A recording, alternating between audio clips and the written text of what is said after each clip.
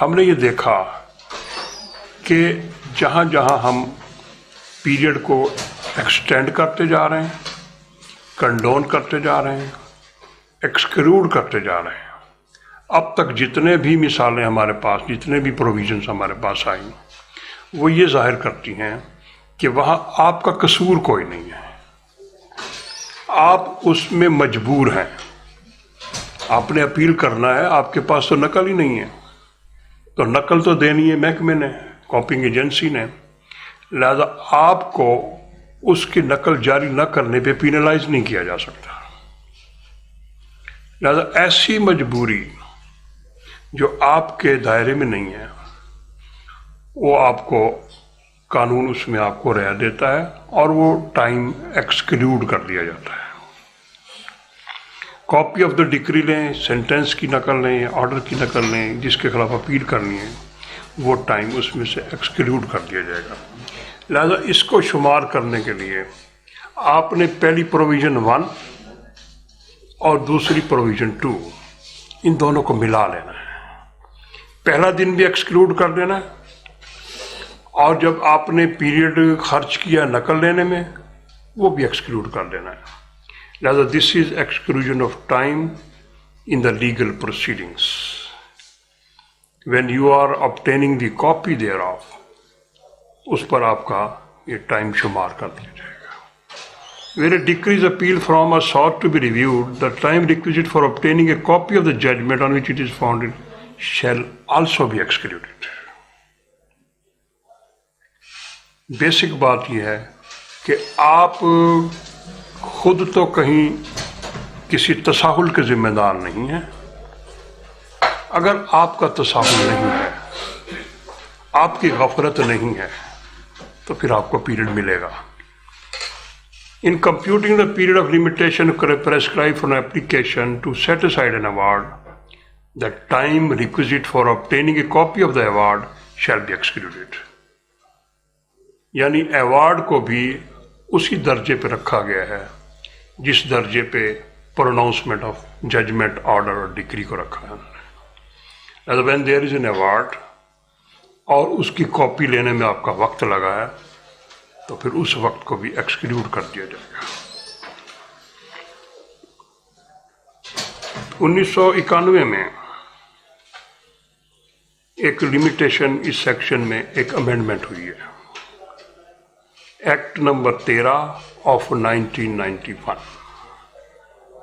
یہ P L D 1991 کے central statute میں بھی دی ہوئی ہے، اسے آپ دیکھ لیں گے۔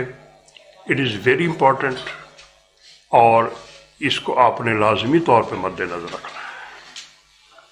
For the purpose of sub section 2, 3 and 4, the time requisite for obtaining a copy of the decree, sentence or order, judgment or award shall be deemed to be the time intervening between the day on which an application for the copy is made and the day actually intimated to the applicant to be the day on which the copy will be ready for delivery.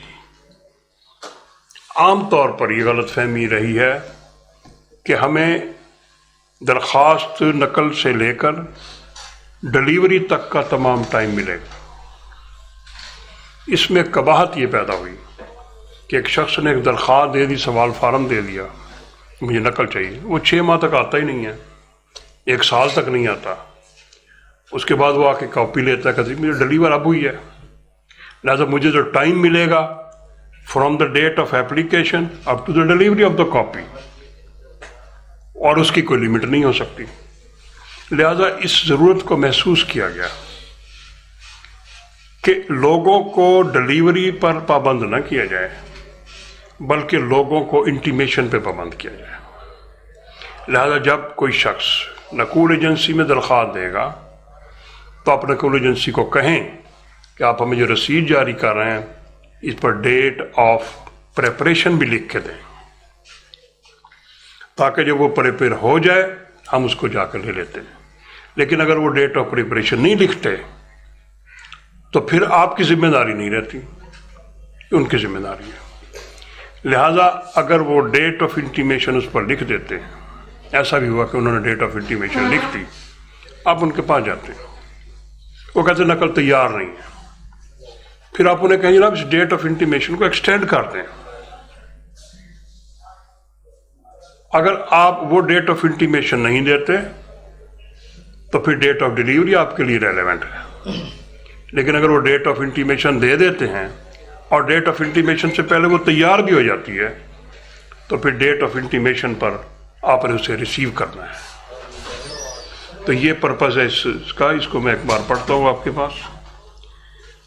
For the purpose of sub section 2, 3 and 4, the time requisite for obtaining a copy of the decree, sentence, order, judgment or award shall be deemed to be the time intervening between the day on which an application for the copy is made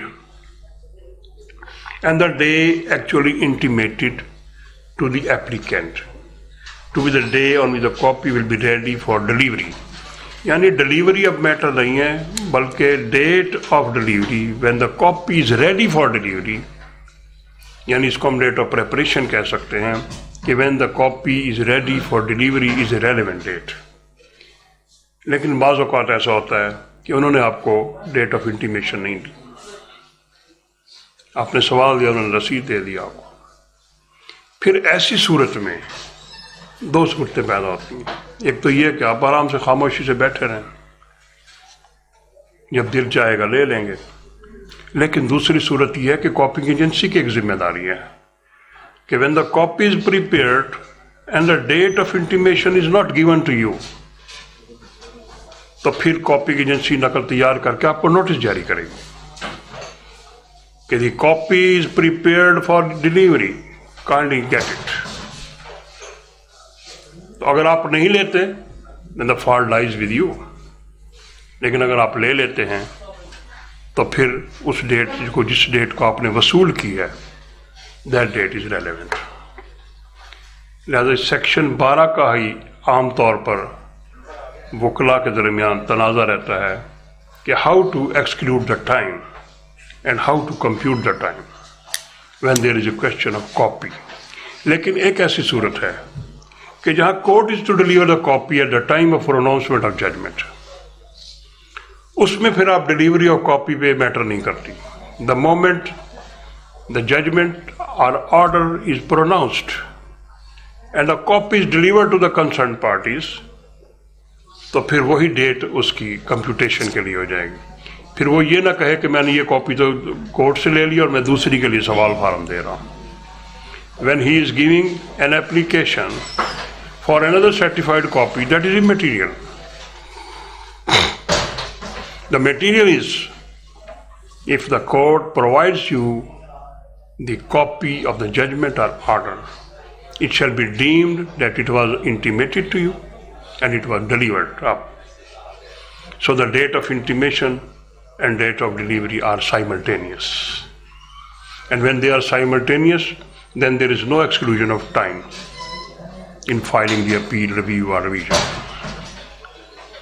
So this is the crux of this section. So I would like to refer an authority on this point. یہ آپ note کریں گے 2007 CLC 213.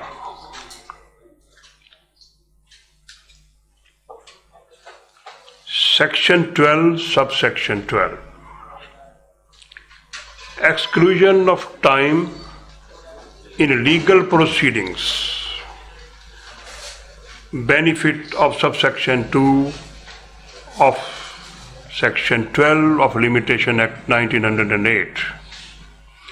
Dealing with the exclusion of time was available only in cases where there was an appeal, an application for leave to appeal, or an application for a review of judgment. Section 12, subsection 2 had nowhere mentioned revision applications. Omission of the word revision application in the subsection was not accident. Subsection 2 of Section 12 had restricted its application to merely two kinds of applications, namely an application for leave to appeal and an application for review judgment, and benefit of subsection was not attached to revision application.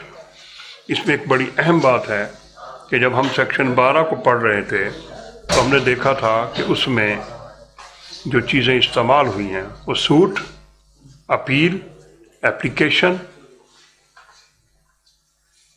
کا الفاظ استعمال ہوئے ہیں، اور for application for a review of judgement اور leave to appeal, اس میں revision استعمال نہیں ہوا۔ اس کا مقصد یہ ہوا کہ یہ سیکشن 12 ریویژن کے لیے نہیں ہے۔ Why it is not for revision? یہ اتھارٹی یہ کہتی ہے کہ اٹ از ناٹ ایکسیڈنٹل۔ اس کا مقصد یہ ہے کہ the law maker was mindful of the fact کہ ریویژن پر اس کو اپلائی نہیں کرنا چاہیے۔ Revision a matter between the two courts, lower court اور سپیریئر کورٹ، لہذا اس میں سیکشن 12 کا اطلاق نہیں ہونا۔ کیوں نہیں ہونا؟ اس کے لیے جب ہم سی پی سی کا سیکشن 115 پڑھیں گے تو وہ ہمیں گائیڈ لائن دے گا کہ period of limitation for revision is not fixed by limitation act. جب لمیٹیشن ایکٹ نے period of limitation for revision fix ہی نہیں کیا تو why a provision should be there in the limitation act for the exclusion of time for the revision? اس لیے اس کے لیے ہمیں سیکشن 115 سی پی سی پڑھنا پڑے گا کہ وہ بتاتا ہے کہ ہم نے وہاں کاپی کیسے لینی ہے اور کون کون سا ٹائم ایکسکلوڈ ہونا ہے۔ So when you are filing a revision, take care of it, that this section 12 is not available to you. If you are going to apply section 12 in the cases of revision, then sometimes you will have to suffer a lot. So when you are filing a revision, you are to see the relevant provisions which are attracted in filing the revision and computing the period of limitation. When you are computing the period of limitation under section 115, it gives us a different criteria. And while we are computing the period of limitation under Limitation Act, it provides a section 12 for the determination and computation. So it has been specifically not mentioned therein. اس کے بعد آپ دیکھیں گے